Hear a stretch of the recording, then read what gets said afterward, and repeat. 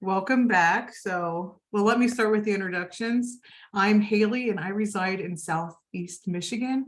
I'm a functional nutritional therapy practitioner certified by the NTA, and I support clients without a gallbladder as well as individuals who are trying to avoid gallbladder surgery.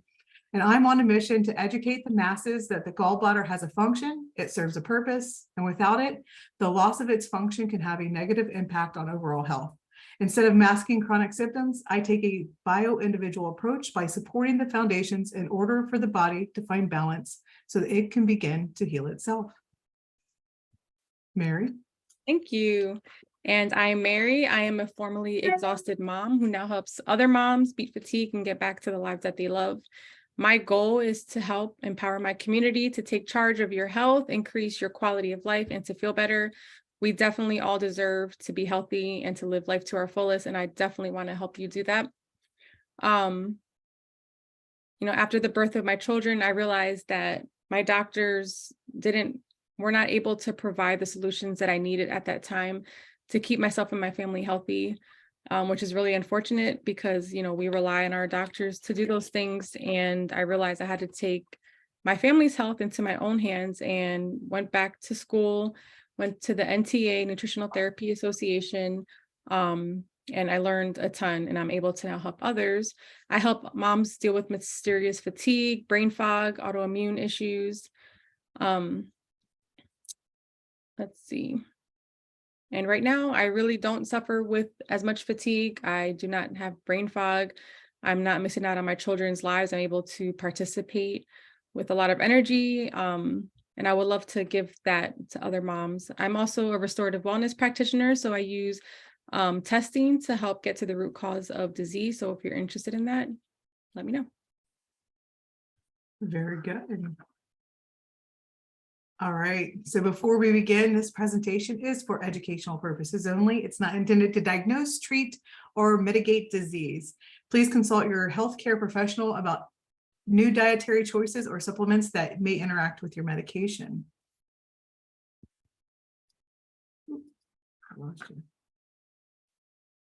So here's a question.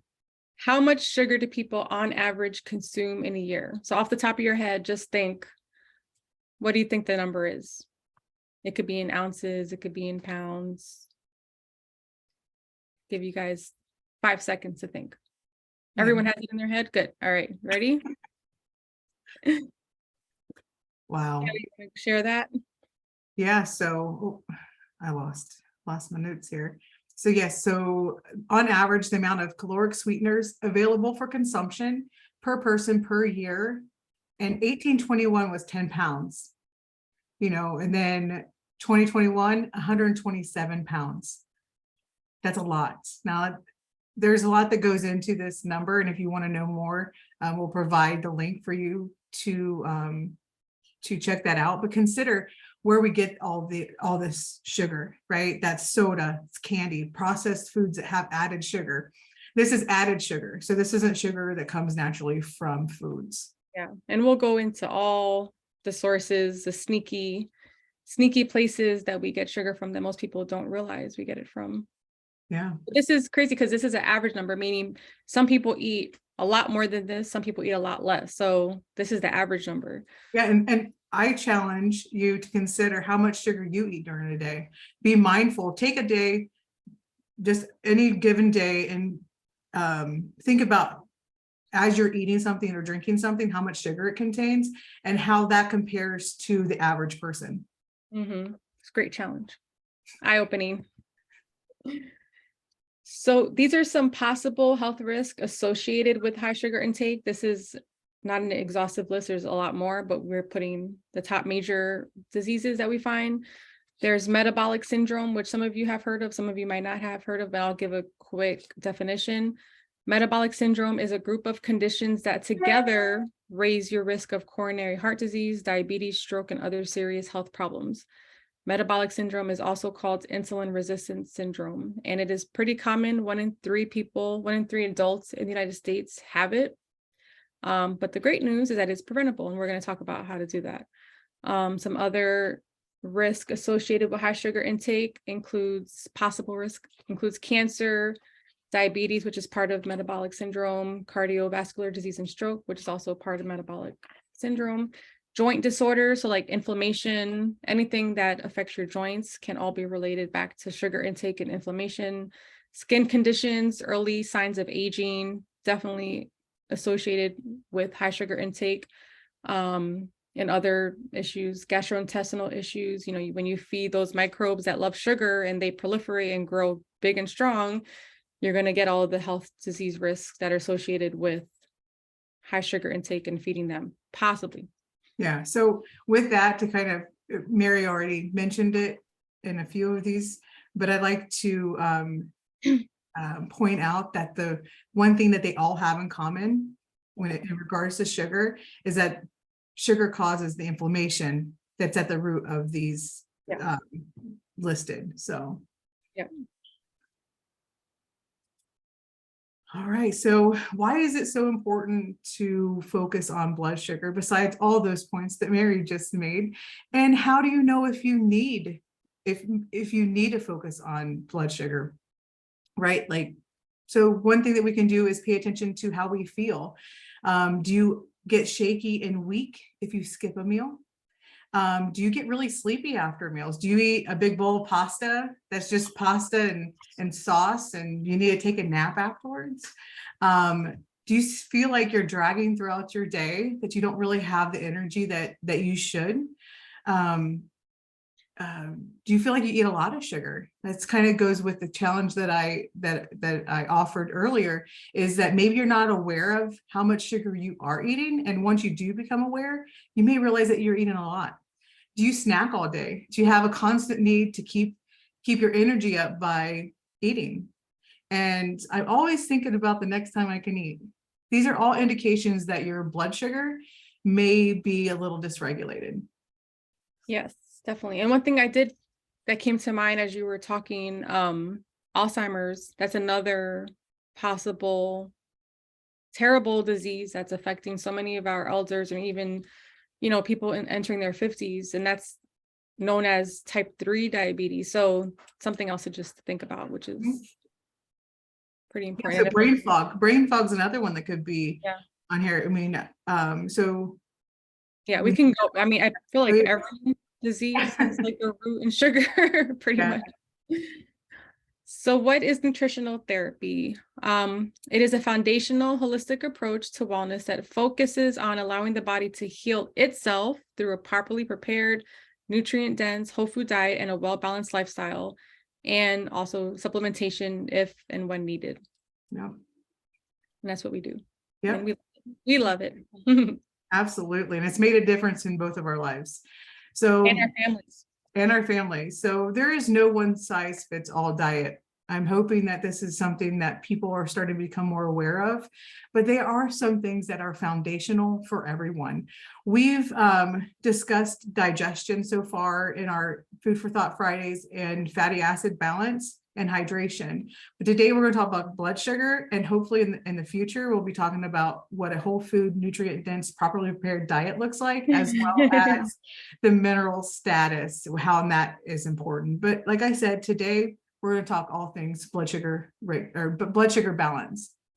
Yep. So as we stated already, why focus on blood sugar?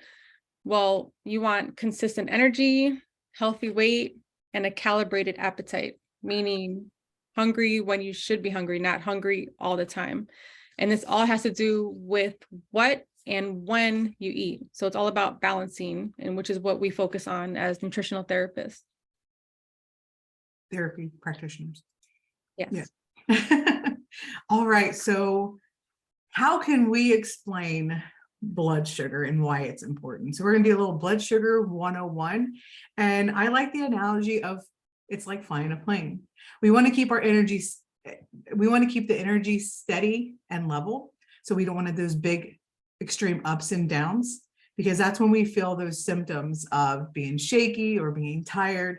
That's just that plane going up and down, right? So, and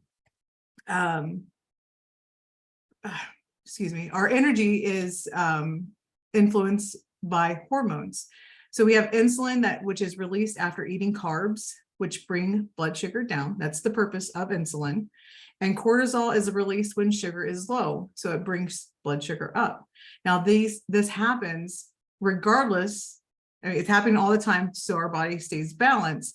And if the plane dips and weaves back, up and down constantly, this can become out of balance. So it's insulin. We're going to actually talk about it in the next one, so I'll pass it over to Mary. But realizing that the symptoms that you experience is influenced by the sugar, or by blood sugar either going too high or going too low. Yep. And on the next slide, which is this one, you'll start being able to recognize the patterns that you might have experienced or experiencing right now, which I'm sure many of us have experienced. So there's a lot of writing. So just let's focus on the color areas. So here's an example of someone who has a lot of sugar highs and sugar lows. And I'm sure, like, if you have kids, you might have seen them have sugar crashes. You yourself have experienced highs and lows of sugar. So for example, right here, this is a normal range. The green is where we all ideally would like to be. This is where we have stable mood, we have stable cognition, and stable energy. This is where we feel the best. But sometimes we might have, in the breakfast, you're on a run, so you pack a high sugary drink. Maybe you stopped at one of those stores that make the smoothies and it's super high in sugar, and you get that quick high. And, it might feel good at that time, but then, whatever goes up usually also goes down. And at the same time, insulin, which is the chemical messenger in your body, it tells your cells to take in as much energy, and then your blood sugar will quickly drop to the bottom here. And that's when you're feeling that low, that lag, and you're like, all right, I need like a Snickers bar. You think about the Snickers commercial that comes into your head, and what do? You get a Snickers bar, and then all the energy is stored, and then you're tired and hungry again. And then again, you get another quick sugar fix, a Snickers bar, your blood sugar spikes again.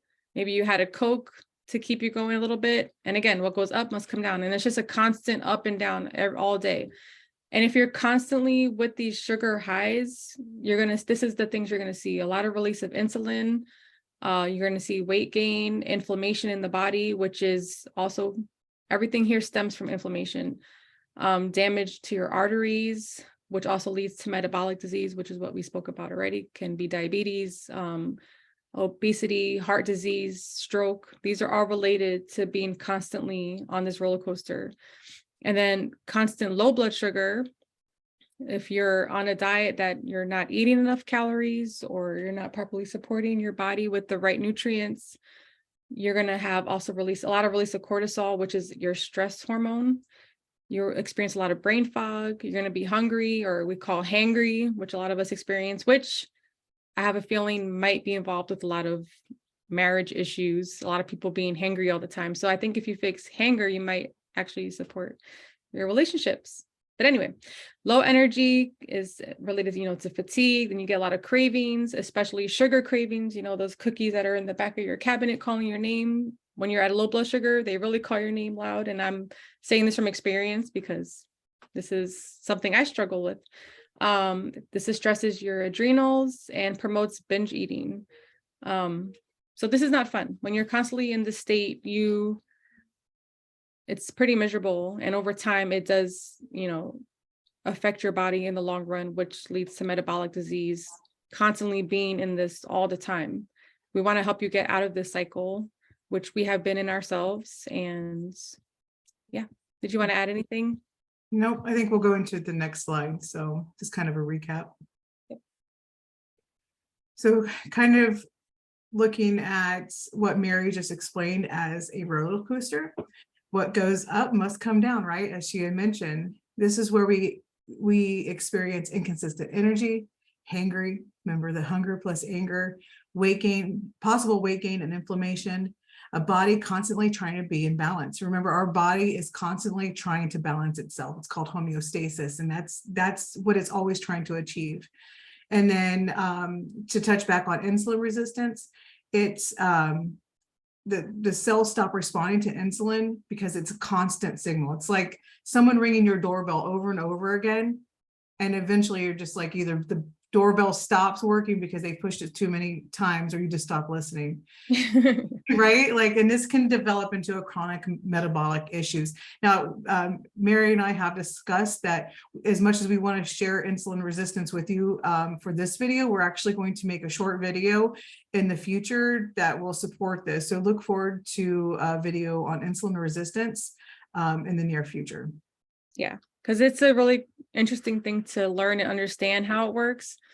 But I will take another like probably 15 minutes to really go into, and we want to focus on blood sugar, and then because even though they work together, it's insulin resistance is influenced by blood sugar regulation. We want to kind of focus on blood sugar regulation for the moment. just know that it exists. It's an issue, but there's a way to handle it and to work with your body to avoid it. That's all you need to know. Just listen to us. You'll be fine.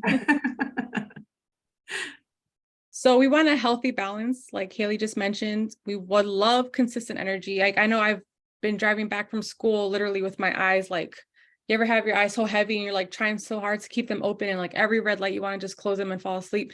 Like I've experienced that so many times, you know, and it's not good. But we want to have a healthy balance, consistent energy. We want calibrated hunger signals, meaning feeling hunger when you're actually hungry and need food, and not feeling hunger when you don't need food, and able to go longer periods of time without eating, but for good reason, because you have enough energy. We want you to be at your body's healthy weight. Everyone, like we said, is biologically different.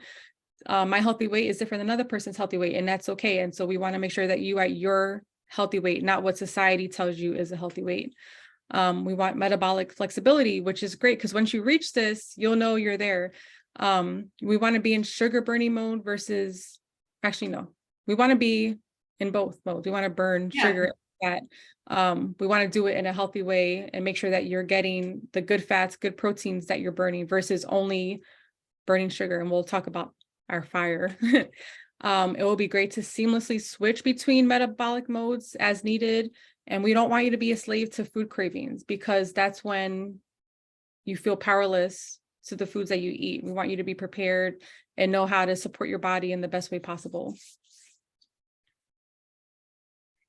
All right. So what does normal range kind of look like? I'm a visual person, so I really appreciate this slide.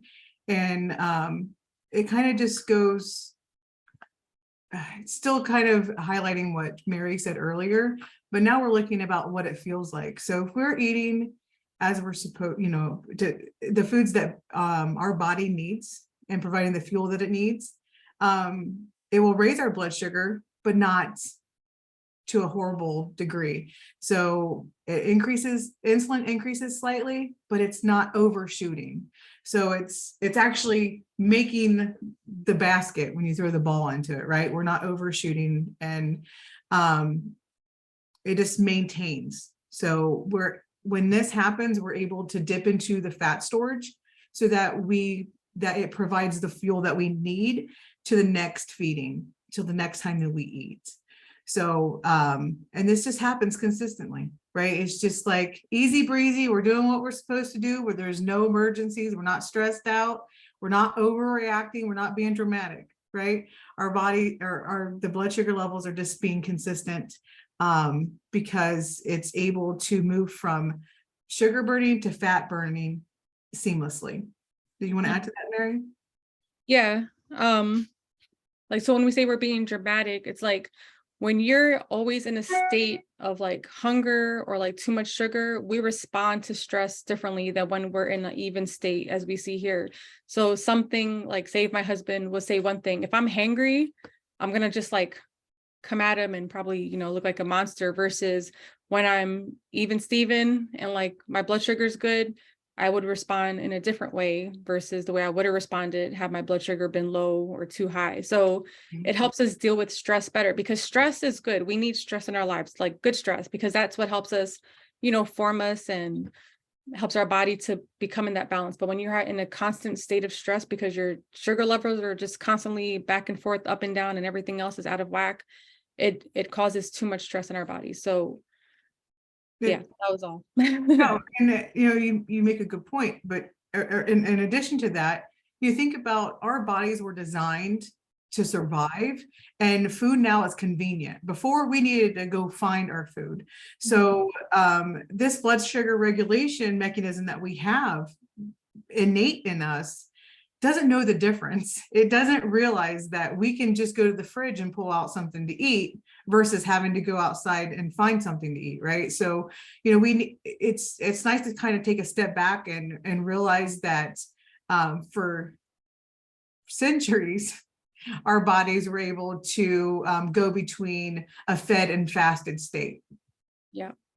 So now we have to help everyone learn how to stay in a state that's balanced. And I'm sure everyone's like, all right, like we get it now. How do we do it? So that's the next slide. All right. So yeah, how do we begin to balance, Mary? So begin to balance. So we're going to focus on each one in the next following slides, but the main ideas are we're going to reduce refined carbs. We're going to add healthy fats. We're going to eat protein in each meal, enough protein for your body. And we're going to talk about limit snacking. So that's eating in between meals. So let's get to that. Fire. All right. So another analogy, we're famous for these because we kind of want you to be able to relate to what we're saying. So think of the macronutrients like the logs in a fireplace, fuel for the fire, right? Carbohydrates are like the kindling we use to start the fire. If we use only kindling to keep this fire going, we're going to have to stand there throwing kindling in constantly, right? We're always going to have to constantly feed that fire depending on what we're adding to it. And then we can think of the fats and proteins like long burning logs that we add to keep the fire going. Actually, that's more the fats, right? The fats are the consistent, slow burning fuel that we need to extend our energy. And keep in mind that, so then there's the protein, which is the stool structure first. And then for we like to sit and watch our fires. Yeah, so, but just in case that fire is going to go out, we have nothing, we're throwing the stool in, right? We need that protein to come in and give us the fuel that we need in those emergency times, right? We say emergency, I guess that we do mean it in the terms that it's used. So keep in mind a high carbohydrate diet is like using kindling to like chips, like potato chips. Yeah, keeping that fire burning. And I mean, think about it, that's the reason why we're hungry all the time. Actually, last night, talking to a client, we were discussing calories, how you think carbohydrates provide 4 calories, fat provides 9. And sometimes that it doesn't, I mean, I don't think it's always straightforward that think about it in minutes. Carbohydrates going to last you 4 minutes. This is not true. I'm just, you know, if you think of the calories as minutes, carbohydrates going to let you go 4 minutes. Fats are going to let you go 9, right? So as you can see, 9 lasts a little longer. Mm-hmm. Or fats last longer. And then the protein is mainly used for structure. I mean, everything we have. I mean, fats also used for the structure in our body, but protein is used for different things, like to create neurotransmitters to help your immune system. So it's kind of spread everywhere. I mean, so are the fats, but protein specifically. So then when your carbs and fats are used up, then your body will start using the protein for energy. So the first one was reduce refined carbs. So refined carbs, also known as sugar, they have the greatest impact on blood sugar because it's digested super quickly and put right into your bloodstream. Too much of this is bad news for everyone, no matter how great your metabolism is. We want to focus on whole food carbs. So carbs is a huge umbrella of different kind of foods. And most of us think of carbohydrates as like pasta, rice, and all the beige and white colored food, but it actually does include vegetables, you know, like sweet potatoes. Those are all considered carbs, but they're complex versus refined things are things that have to go through a processing. So like the sprinkles you see here in the picture, you could tell this has gone through many steps in order to end up as a colorful toxic sprinkle. I don't think these are naturally colored, but and then versus, you know, things like oatmeal, they are technically refined because they do have to go through a processing, but they will give you more fiber, a little bit more energy. So there's a difference between carbs, but we're focusing on reducing the refined carbs. So the things that look the most processed, like chips, like breakfast cereals that, you know, come in the box, Those are the things that impact your blood sugar the most. And those are the things that we need to reduce the most. Whole food carbs are as close to nature as possible. They contain fiber. The nutrients are absorbed slower, so they impact your blood sugar slower. And every need is bio-individual. So if you look at like an orange, for example, that's considered a carbohydrate. There are sugars in there, but because there's also fiber in there and also polyphenols and other things, your body will absorb the sugar from a whole orange slower than it would from a bottled orange juice or, you know, a sweet, sugary, candy flavored, orange flavored candy in a wrapper. Yeah. Yeah, you're getting it in its whole form. So, you know, it's perfectly designed, if you will. It's to be digested so that it's not causing an imbalance. Yeah. So definitely want to reduce the carbohydrates that have gone through extreme processing. Usually everything in the middle of a supermarket is things that are more processed versus when you're on the perimeter of a supermarket. Those are the most found in nature form. Mm-hmm. All right. And then the second one, add healthy fats. Again, these are the fogs. These are the logs that burn slow and steady, right? And it provides a consistent energy throughout our day. It also slows the impact that carbohydrates have on blood sugar.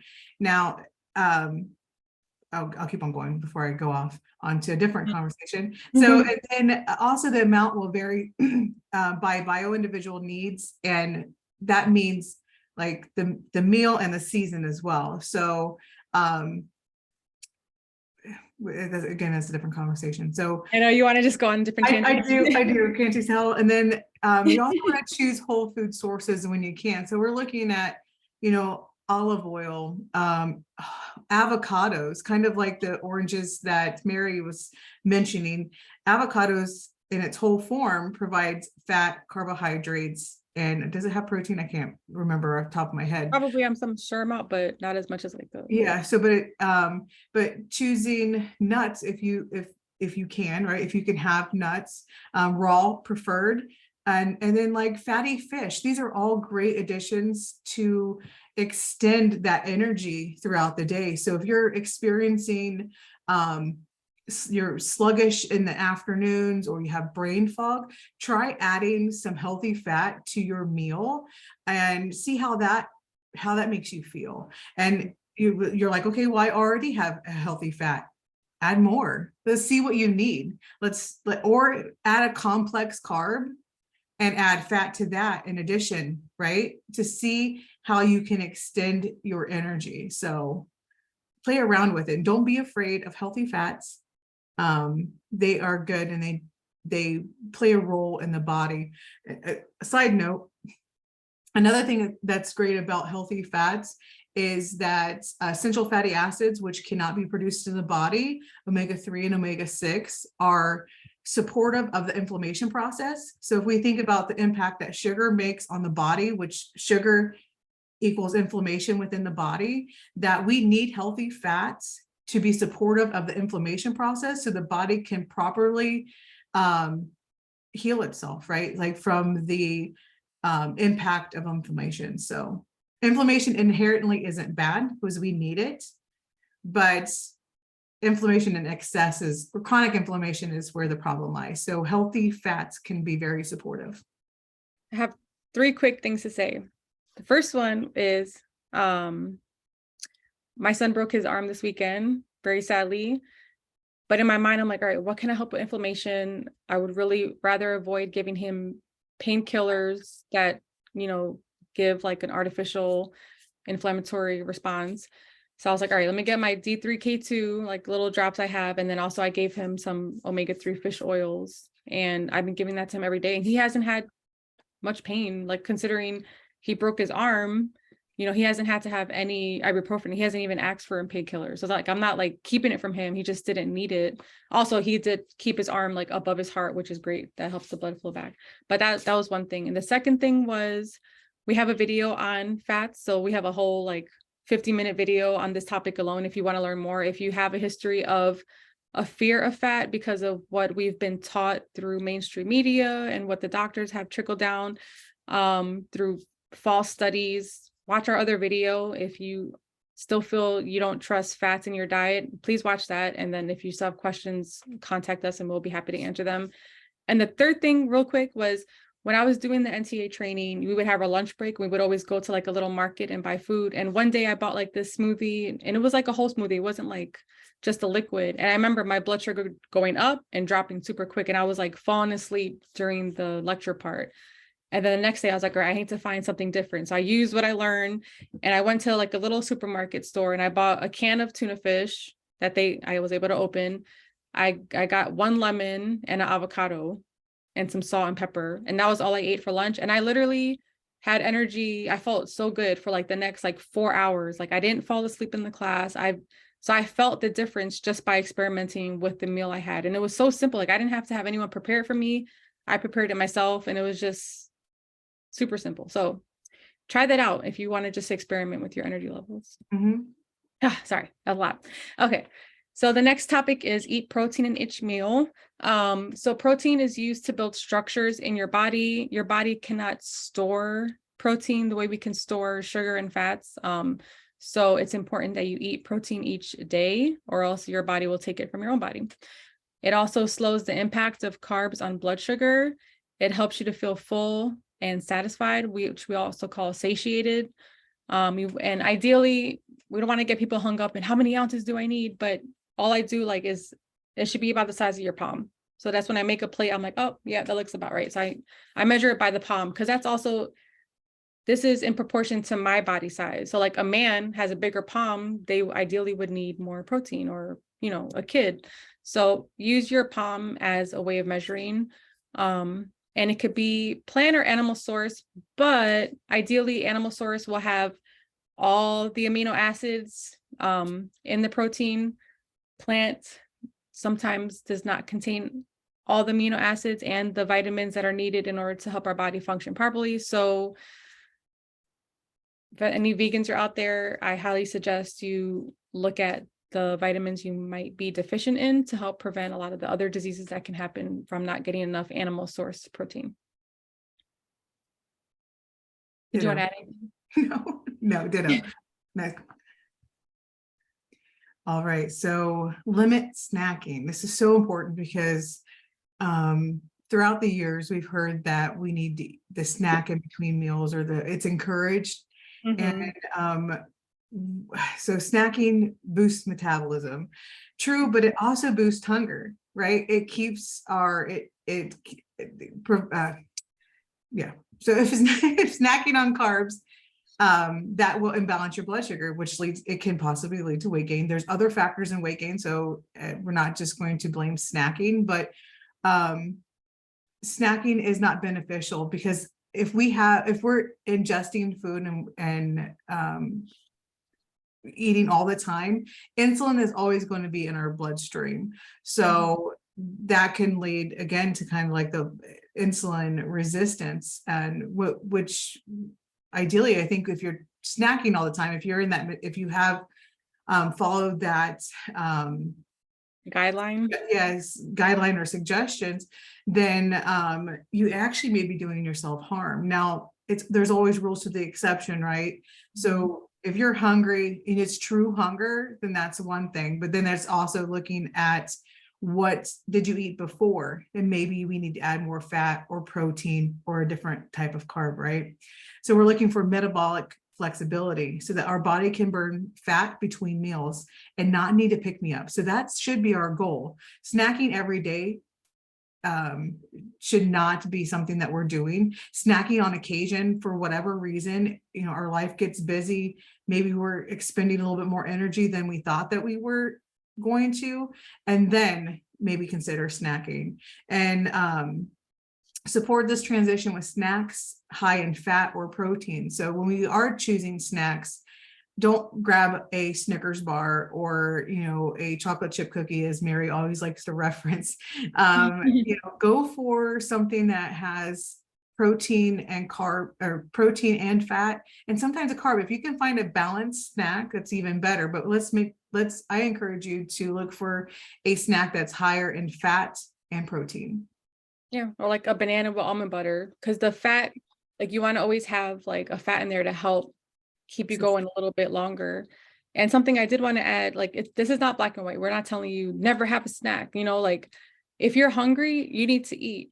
And if you're hungry in between meals, that's a sign that possibly something you ate, or it could be a sign that you didn't have enough of a macronutrient that would have kept you longer, or your body is still figuring out how to become metabolically balanced, which can take time if you've never been in a state of metabolic balance, which is totally fine. We can help guide you through that if you want to learn. But just watching this will help get you started. But something that I also thought about, like when we're sick, we're not hungry for a reason. Like our body's like, nope, I don't have enough energy to digest that food. So just don't eat, please, because your body needs to help create all the antibodies and whatever defenses it needs to create. It's the same thing though, when you're in a regular day, when you are constantly eating and constantly snacking, like Haley said, your pancreas is constantly shooting insulin into your blood, and you're constantly always working and focus on balancing blood sugar, while instead your body could be focusing, and I forgot the word that they use for it. Is it phagocytosis? It's a name of when your body's like recycling and getting rid of the waste. So when you have those hours in between meals, you're actually giving your body a break to do its job, to cycle through your body, get rid of the waste, and help your body to stay balanced. So that's why it's also really important to, some people call it intermittent fasting, and some people have an extreme version of it. And there's also like a typical healthy version of it. It's just like a window of a few hours where you're eating with gaps in between. And that's typically what we're striving for, because those gaps are what allows our body to rest and to refuel and get ready for the next meal and do our job. Yeah. And to that point with the fat and the recycling, I think as long as, and real quick, as long as insulin's in the bloodstream, fat's not being released, right? Because there's no need of it. Our body is not needing to use a different fuel source. Now, where I think that the weight loss kind of comes in for, I'm not saying that this is true, but what I'm saying is when we are in a fasted state and we need to extend that energy, and our body is metabolically flexible enough to utilize the fat storage that we have, it's releasing the fat so that we utilize it. So it's no longer stored. So if you do that over time, it decreases inflammation, which can decrease weight, right? So this is where snacking should just be as needed, if you will, but it should always strive to be able to support your hunger needs, or the nutrition that you need during a meal. And I always like to ask myself, if I think I need a snack, can I last until dinner, right? Like if I can't eat a real meal, then I can wait. Like, so again, there is a transition. We're not saying tomorrow. Depends where you're starting from. Yeah, so incorporate the fat and protein into your meals, and let's see how that extends out for you, and play around with those numbers. Listen to your body. Your body is very smart. Did you do the last one, or did I? It's you, Mary. Okay, so lifestyle factors, these are extremely important, and I think we tend to overlook them because of life being so busy and chaotic sometimes. But movement is huge. It has a huge influence on insulin sensitivity, and we'll do that in another video. But just know you need to move. So whether you like to walk, whether you like to run, whether you like to dance, rock climb, figure out what your movement is that you love to do, and just focus on that. Make it a priority in your life. Find what you love to do with movement. It doesn't have to be running. Not everyone's a runner. Like I honestly, I hate running. It's not my kitchen. Huh? Dance in your kitchen. Yes, dancing. I love to dance. So that's what we do. Like we have Just Dance on our Switch, and me and my kids, we dance and we do like competitions, and it's fun. So find what's fun for you and your family, and that's what you focus on. Sleep, inadequate sleep increases your hunger, disrupts your hormones. When you sleep, that's when your brain gets to shrink and relax and release all those toxins, and your brain is like the control center for your hormones and your other organs. So it's really important that you give your brain some rest, at least 8 hours, right? That's the typical average. Some people need more, some people need less, depending on, again, your body. Everyone's bio individually different. Stress management is important. Cortisol is also known as a stress hormone, and it's involved in blood sugar balance. So this is when mindset comes into place, if you need to speak to a counselor, if you need a somatic therapist, if you need someone that's trauma informed, these are all things that you have to self-reflect on and try to figure out what you need. Again, this is out of our scope, but if we notice our clients are dealing with some stressful events that don't allow them to get past a certain healing point, we refer out. We have relationships and referrals with people in our community that we speak to and we refer out to. So just be aware that stress can affect your entire health. There's a really good book called Your Body Keeps a Score.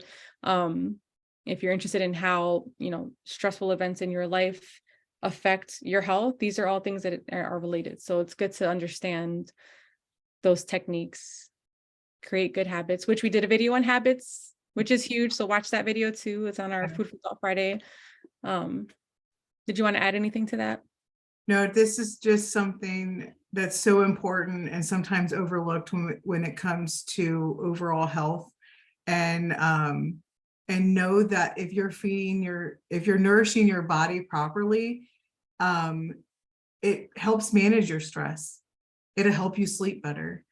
And hopefully it encourages you to move. If someone is experiencing achy, stiff joints and they don't like to move, right, because it hurts, incorporating or help balancing your blood sugar actually can improve that. And so you'll move more. So knowing that nutrition impacts our lifestyle choices as well, and it can make a world of a difference. Yeah. And I've experienced this firsthand before, and we've always talked about our Restart program, which is basically a 5-week sugar detox program that we sometimes run throughout the year. I was experiencing joint pain, inflammation. I had tennis elbow to the point I could not pick up my daughter. I couldn't do the activities, photography that I love to do. And it wasn't until I cut out sugar, refined starches, started implementing intermittent fasting and focused more on my healthy macronutrients is when all that inflammation went away.